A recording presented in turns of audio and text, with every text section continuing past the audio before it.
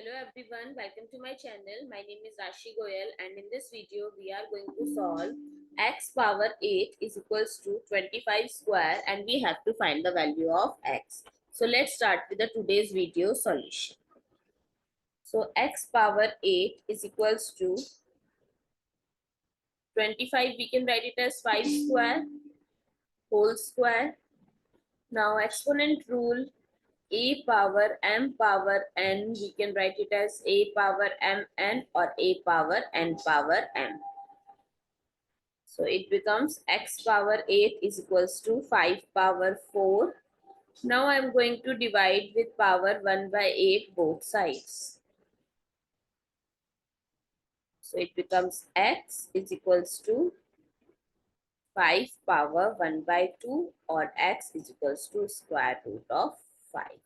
So value of x is square root of 5. I hope it's clear and you find it useful. So please give us a thumbs up and do subscribe to my channel. Stay tuned.